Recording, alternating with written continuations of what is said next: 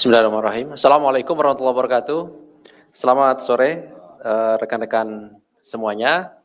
Sore hari ini kami akan perkembangan dari kegiatan penyidikan yang ini merupakan hasil pengembangan perkara yang dulu pernah kami tangani ya, dan teman-teman juga saya kira sudah tahu perkaranya terkait dengan terpidana Nurdin Abdullah ya, di mana kemudian ditemukan fakta-fakta hukum di persidangan dan berdasarkan bukti permulaan yang cukup, kemudian kami meningkatkan proses penyidikan dan ini juga sudah kami umumkan pada masyarakat.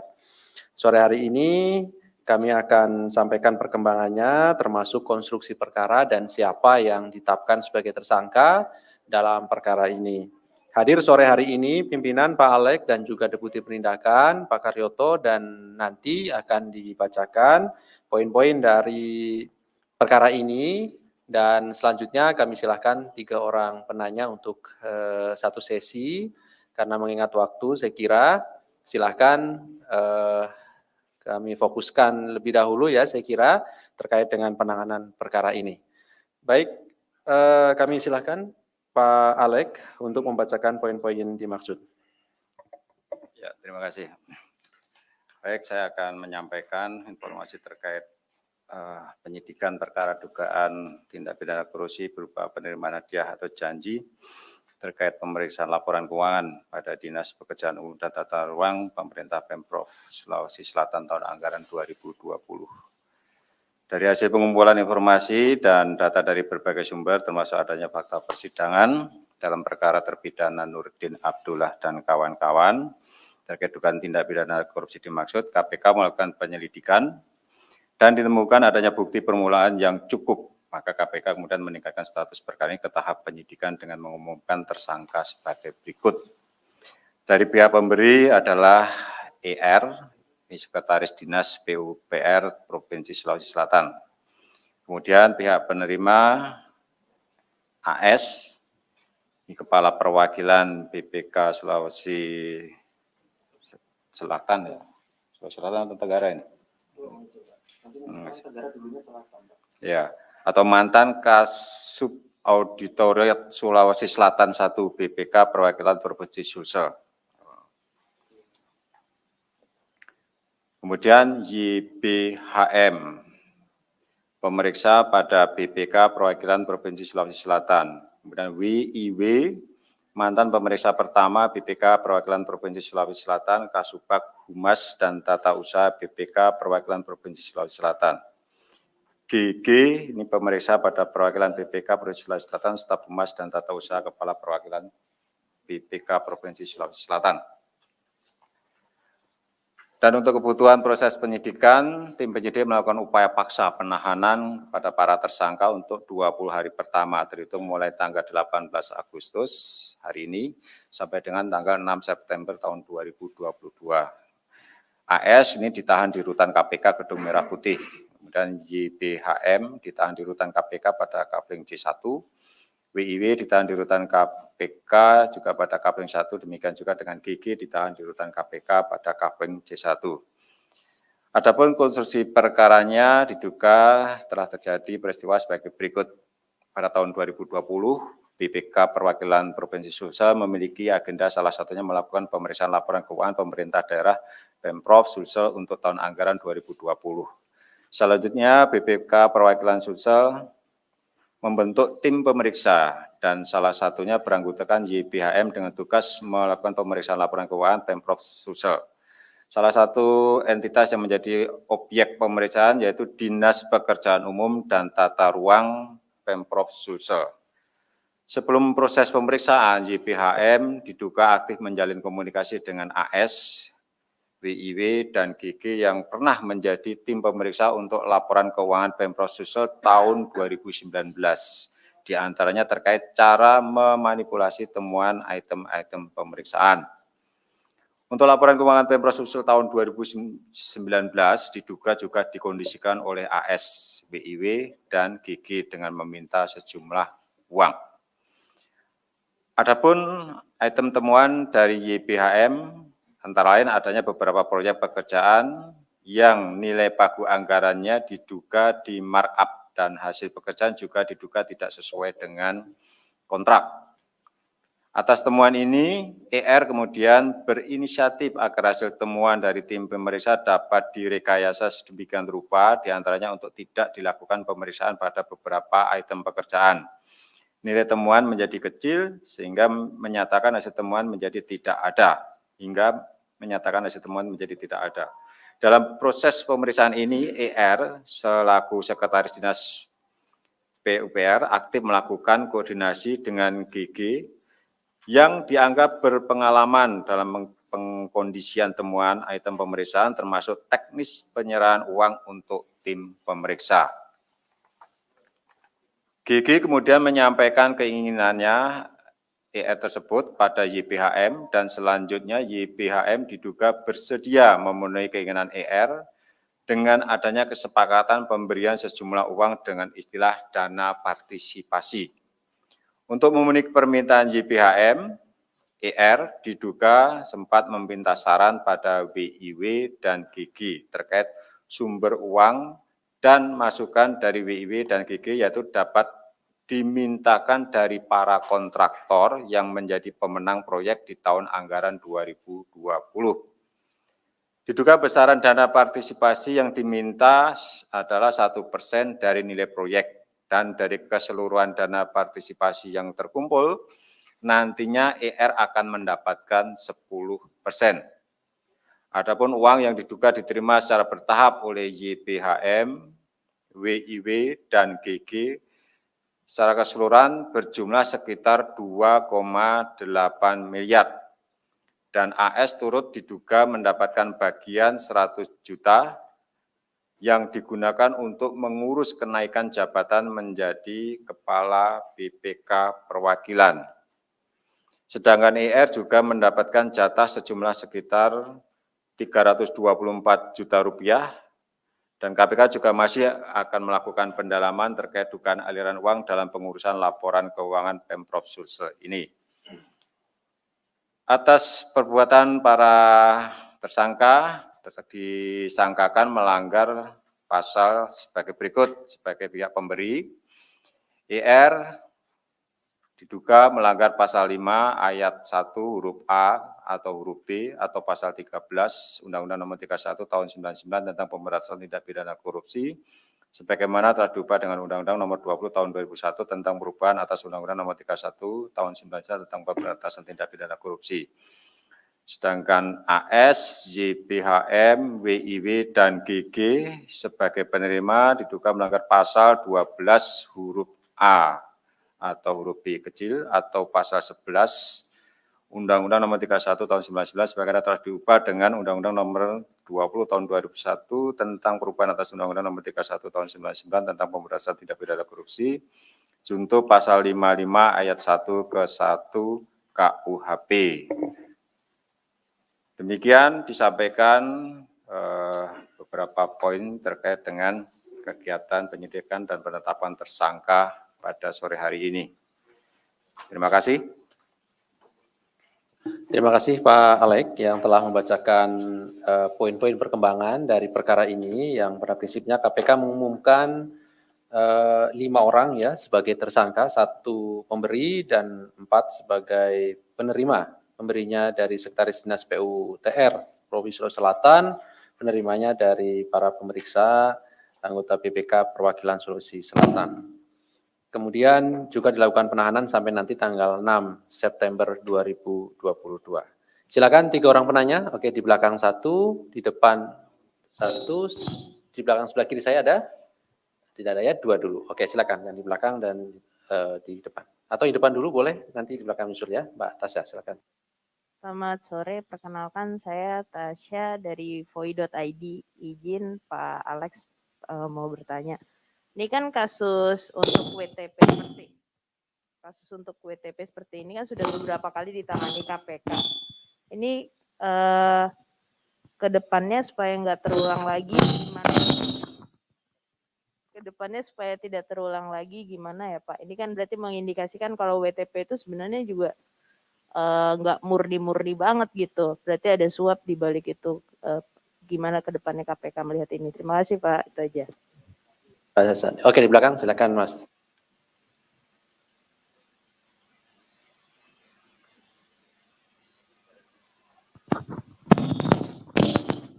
Tes. Saya Setio Haji, dari Bisnis Indonesia.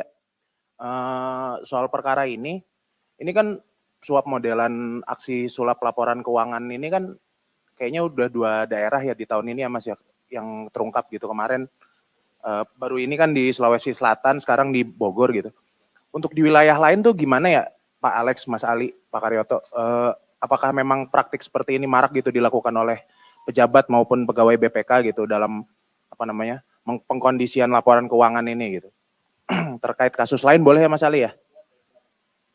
Tadi kan Pak Karyoto terkait kasus Surya Darmadi, tadi Pak Karyoto bilang ada kemungkinan penuntutan bersama dengan Kejagung dalam kasus Surya Darmadi. Nah itu teknisnya kayak gimana ya Pak? Apakah memang kasus suap alih fungsi lahan di KPK ini mau diserahkan ke Kejagung atau bagaimana gitu?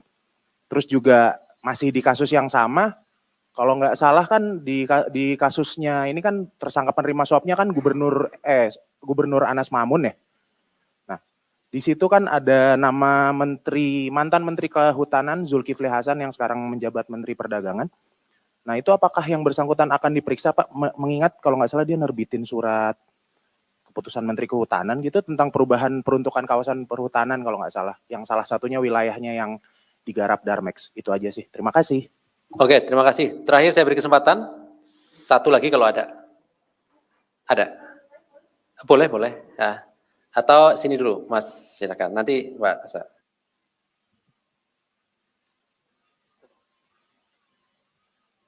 Ini terkait kasus lain, Pak. Ini terkait kasus suap ditjen pajak. Ini kan dalam fakta persidangan ada nama-nama petinggi PT GMP, Jolin Bartama, dan Bang Panin. Nah, tiga petinggi ini sampai sekarang belum dijadikan tersangka. Apa kendalanya atau hambatannya? Yang kedua, apakah bisa 3 perusahaan ini dikenakan sanksi dalam kasus suap pajak ini? Terima kasih, Pak. Saya Nur Guri dari Majalah Keadilan Indonesia. Oh, Nur Huri, oke. Ya. Tasya tadi ada ya, satu tambahan ya. Pak, izin tambahan untuk kasus lain soal bansos yang di wilayah di Batubara itu perkembangannya sejauh apa ya? Kan katanya lagi diusut yang pasal 2, pasal 3-nya. Ini perkembangannya seperti apa? Infonya ada kabar kalau kasusnya naik ke penyidikan itu betul. Itu betul atau enggak gitu aja sih Pak. Sama satu lagi soal gratifikasi yang tadi Ajay Priyatna itu gratifikasinya dikumpulin dari ASN gitu ya Pak, dan kira-kira berapa jumlahnya gitu, udah ketahuan atau belum? Itu aja Pak. Makasih. Oke, terima kasih. Saya kira ada cukup ya dari 4 orang penanya, atau 3 ya tadi ya, 3 orang penanya. Baik. Ya, kasus pemeriksaan BPK bagaimana supaya tidak terulang. Tahun ini 2 ya, sebetulnya nggak banyak juga ya. Kalau dilihat dari jumlah Pemda itu 550 Pemda ya. Ya, kan semua juga diaudit oleh BPK untuk mendapatkan penilaian atas laporan keuangan. Sementara perkara yang perkara korupsi yang terindikasi menerima suap auditornya tahun ini 2. Artinya berapa persen itu dari 500 Pemda? Ya kecil juga sih sebetulnya. Ya, pertanyaannya apakah di daerah yang lain juga terjadi praktek yang sama? Kan seperti itu.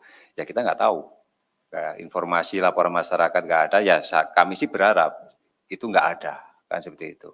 Nah, kalau toh itu sebetulnya di BPK sendiri itu pengawasan itu sudah sangat ketat ya dari istilahnya quality control terhadap hasil pemeriksaan itu sudah berjenjang, ada review berjenjang ya, dari tim nanti diperiksa oleh Kasubdit, kemudian mungkin sampai dengan kepala perwakilan, bahkan ya, sampai dengan di tingkat pusat. Jadi quality control terhadap hasil pemeriksaan itu seperti itu. Nah, ini pun sebetulnya perkara ini kan hasil pengembangan dari kasus Nurdin Abdullah, dan kami juga sudah berkomunikasi di BPK, sebetulnya mereka sebetulnya sudah mengindikasi, sudah memonitor terhadap laporan ini juga.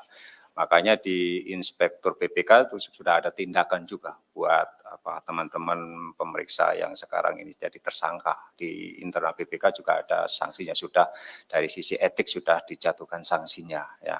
Kami berharap sebetulnya ya kepada setiap pemerintah daerah yang setiap tahun itu berhadapan dengan auditor BPK, nah, tolong ya, supaya kalau ada permintaan uang seperti ini tidak dilayani, laporkan segera ke Inspektorat BPK supaya ada tindakan juga buat auditor yang nakal. Dan jangan juga kemudian berjuang dengan berbagai cara untuk mendapatkan opini WTP. Apa sih opini WTP itu? Tanpa opini WTP pun Pemda kan tidak bangkrut atau tidak dikasih anggaran. Ini hanya penilaian terhadap kewajaran laporan keuangan. Tentu BPK punya alasan kenapa laporan keuangan suatu daerah itu tidak mendapatkan opini wajar tanpa pengecualian. Biasanya karena ketidaktertiban administrasi. Itu toh bisa diperbaiki untuk tahun depan. Jadi temuan-temuan BPK itu rekomendasinya itu bisa ditindaklanjuti untuk perbaikan tahun anggaran berikutnya. Jadi nggak usah takut, tahun ini nggak mendapatkan WTP, nggak usah takut. Itu tidak runtuh langit itu karena tidak mendapatkan opini WTP. KPK pernah mendapatkan opini wajar dengan catatan ya WTP, itu nggak masalah. Saya sampaikan ke teman-teman BPK, kalau itu pendapat profesional dari auditor teman-teman BPK silakan. Supaya apa? Supaya kami di KPK juga bisa memperbaiki apa yang menjadi catatan teman-teman BPK. Nah, tahun berikutnya kita perbaiki, kembali dapat WTP. Nggak ada persoalan. Nah, ini tentu harus saya sampaikan kepada ya teman-teman pemerintah di daerah ya, jangan menggunakan berbagai cara untuk mendapatkan opini WTP. Ya harus ada proses untuk mendapatkan opini itu. Jadi tidak semata-mata percuma dapat opini WTP, tetapi kemudian catatan laporan keuangannya banyak sekali. Temuan ini. Apa gunanya? Kan gitu kan. Jadi ini juga harus menjadi perhatian dari ya teman-teman auditor juga ya, itu supaya ya dalam memberikan opini WTP itu benar-benar ya profesional, didasarkan atas pertimbangan yang profesional. Kan seperti itu. Kalau itu dilakukan, saya kira itu bisa kita cegah kejadian-kejadian seperti ini ya, kembali jual beli temuan dan lain sebagainya. Ini mudah-mudahan bisa kita cegahlah, kita berkoordinasi dengan teman-teman di BPK ya, supaya BPK itu juga menjadi bagian dalam rangka pemberantasan korupsi. Ya, kalau dari sisi auditornya nggak benar, artinya apa? Kesalahan-kesalahan itu kan tertutupi dengan cara seperti ini. Artinya apa? Ya akhirnya korupsi ya begini-begini aja terus itu kan ya, karena apa, kesalahan yang dibuat oleh para pejabat penyelenggara negara itu ketika dilakukan audit tertutupi dengan adanya model-model transaksional seperti ini, seperti itu. Nah, lebih bagus lagi kalau misalnya BPK mendapatkan temuan yang ada indikasi kecurangan, laporkanlah ke KPK, ke aparat penegak hukum. BPK punya kewajiban ya di dalam undang-undangnya, ketika dalam melakukan audit itu mendapatkan adanya fraud, penyimpangan yang berindikasi terjadi kerugian negara, mereka itu wajib melaporkan kepada aparat penegak hukum. Nah, ini yang sebetulnya kami berharap dengan teman-teman di BPK sana ya. Nah, sayangnya dalam kasus ini justru itu dicoba untuk ditutupi dengan menerima suap, kan seperti itu. Apalagi bagaimana wilayah lain tadi sudah saya sampaikan, mudah-mudahan tidak terjadi ya. Kemudian penuntutan bersama perkara saudara Darmadi, bagaimana mekanismenya? Saya kira itu karena perkara suap di KPK itu kan mirip kaitannya atau ya sejalan dengan perkara yang sekarang ditangani Kejaksaan Agung, itu menyangkut proses perizinan ya, perizinan kawasan hutan, saya kira Pak Mas Ali ya seperti itu. Nah, kalau di KPK yang kita tangani perkara suapnya. Saya nggak tahu perkara di kejaksaan seperti apa. Kalau itu bisa digabungkan, kenapa tidak? Pasti juga akan lebih efektif, akan lebih optimal di dalam proses penegakan hukum. Jangan sampai itu tadi di sidang KPK, kemudian disidang lagi di sana. Padahal ya mungkin modusnya nggak jauh-jauh beda juga kan seperti itu. Masalah perizinan kawasan hutan kan seperti itu. Nah, tentu nanti itu akan dikoordinasikan oleh teman-teman di penindakan. Apakah dimungkinkan ada penggabungan perkara tersebut itu supaya apa itu tadi saya sampaikan supaya lebih efektif dan berkeadilan buat tersangka ya. Rasanya kan nggak adil juga kalau untuk hal yang sejenis menyangkut tersangka yang sama itu disidang beberapa kali kan seperti itu. Nah, kemudian bagaimana dengan keterlibatan pihak lain? Ya tentu pasti nanti akan didalami ketika ada informasi atau alat bukti yang cukup kan seperti itu. Jangan sampai kita juga menersangkakan orang itu sementara alat buktinya nggak cukup. Kalau hanya keterangan satu saksi, ngapain juga didengerin kan gitu kan? Ya ini tentu akan menjadi perhatian teman-teman di penyidikan ya sejauh mana informasi terkait dengan keterlibatan pihak lain ya kecukupan alat bukti dari pihak lain itu ya. Kemudian suatu Ditjen Pajak, kenapa petinggi perusahaan itu tidak ditetapkan tersangka? Sekali lagi untuk menetapkan tersangka itu pertimbangannya itu bukan hanya rumor ya atau opini yang berkembang di masyarakat, tetapi alat bukti ya minimal 2 alat bukti ya itu. Nah, bagaimana terkait dengan peran dari para petinggi ya sekarang sedang didalami di penyidikan itu sejauh mana keterlibatan mereka, apakah mereka mengetahui adanya suap ke para pejabat pajak, nah itu pasti akan didalami ya.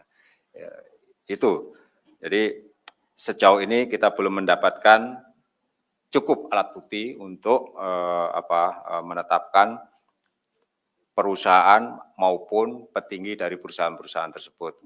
Kemudian kasus bansos ya sampai sejauh ini masih di dalam proses penyelidikan ya.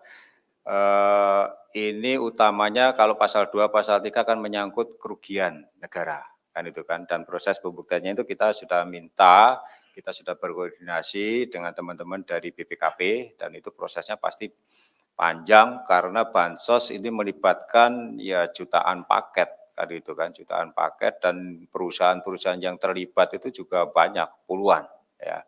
Bukan suatu proses yang mudah, sederhana, dan pasti juga akan membutuhkan waktu. Nah, apakah ada unsur melawan hukumnya? Ini sedang didalami juga oleh teman-teman di penyelidik. Ya. Mudah-mudahan sebelum akhir tahun ini sudah ada kejelasan terkait dengan perkara bansosnya, apakah sudah terjadi unsur perbuatan melawan hukum, dan apakah sudah ada atau mengakibatkan kerugian negara. Ya, kan seperti itu. Nah, ini semua masih didalami. Saya kira itu, Mas Alif. Baik, terima kasih Pak Alek. Ada tambahan Pak Deputi? Cukup ya? Iya. Baik, mengenai tadi gratifikasi, mohon izin Pak, kami menambahkan yang gratifikasi aja ya tadi ya. Iya, izin menambahkan Pak. Iya. Jadi terkait gratifikasi, tadi sebenarnya sudah ada di pointer ya, bahwa kami nanti akan dalami terkait gratifikasi yang diduga gitu ya, diterima oleh tersangka. Tadi kami sudah sebutkan setidaknya kan ada 500 juta yang diberikan ya kepada oknum pegawai KPK saat itu, dan dari situlah sumber uangnya didalami dugaan gratifikasinya ya. Nanti perkembangannya kami sampaikan atas saya. Mungkin cukup saya kira teman-teman. Terima kasih atas kehadirannya pada sore hari ini. Terima kasih Pak Alek dan Pak Karyoto yang juga hadir pada sore hari ini. Kami akhiri. Assalamualaikum warahmatullahi wabarakatuh.